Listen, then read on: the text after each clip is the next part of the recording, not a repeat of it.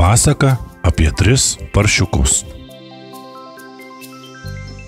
Seniai, seniai, labai seniai, kai kiaulės skraidė padebesiais, tabaką kramtė beždžionytės, o vištos lesė jį po lapą, ir narsios jos nuo šito tapo, o antys garsiai krykė.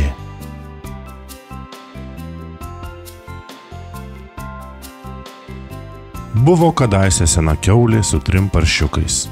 Ji nebegalėjo išmaitinti savo paršiukų ir išleido juos į pasaulį laimės ieškoti. Išėjo pirmas paršiukas ir beeidamas sutiko žmogų su šiaudų glėbiu. Žmogau, duokš man, kad geras šiaudų, paprašė paršiukas. aš statysiuos namą. Žmogus davė jam šiaudų ir paršiukas pasistatė iš jų namą. Kiek trukus, kiek netrukus, atėjo prie jo namo vilkas, pabeldė į duris ir sako: Paršiuk, įleisk mane. O paršiukas sako: Neleisiu, savo barzdytėlę prisiekiu. Tada vilkas sako: Tai kad trenksiu, kad duosiu, kaip mat nugriausiu tavo namą.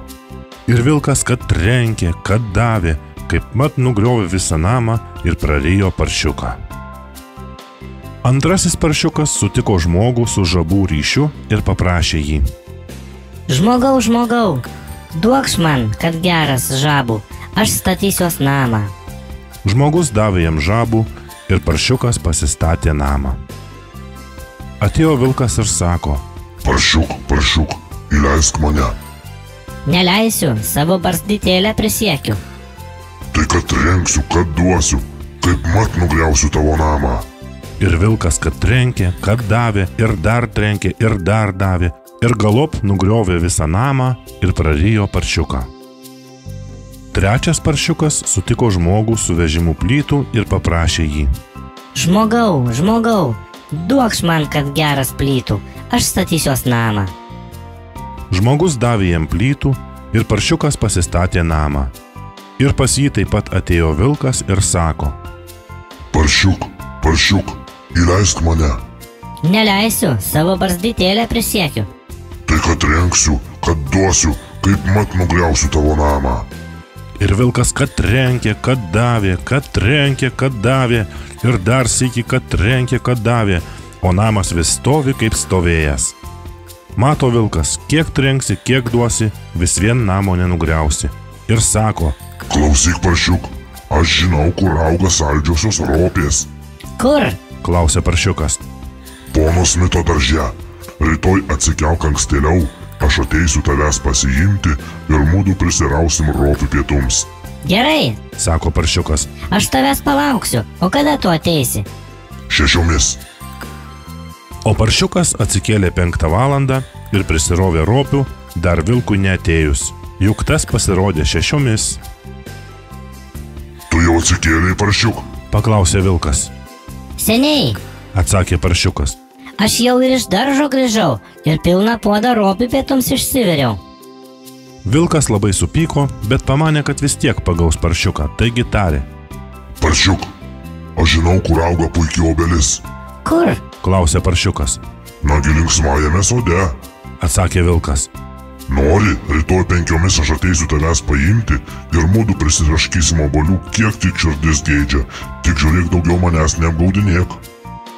O kitą rytą paršiukas pašoko 4 valandą ir nudūmė prie obels. Jis norėjo sugrįžti, kol neatėjo vilkas, bet sodas buvo toli, o dar į medį reikėjo lipti. Ir štai, kai tik paršiukas norėjo leisti žemėn, vilkas kur buvęs, kur nebuvęs, jau ir čia. Oi, buvo baimės paršiukui. O vilkas priėjo prie jo ir sako: Tai tu čia, paršiuk? Anksčiau už mane atėjai, na kokie obuoliai, ar skanūs? Labai, atsako paršiukas. gaudyk, aš tau mesiu vieną.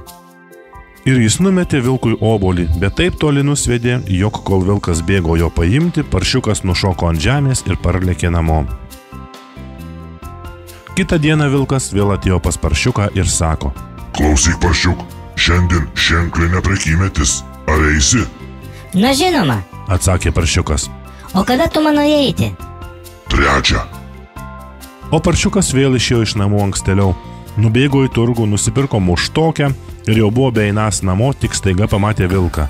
Nebežinodamas, ką daryti, įlindo į muštokę. Bet per nelaimę apvertė ją ir kartu su visa muštoke nuriedėjo nuo kalvos tiesiai į vilką.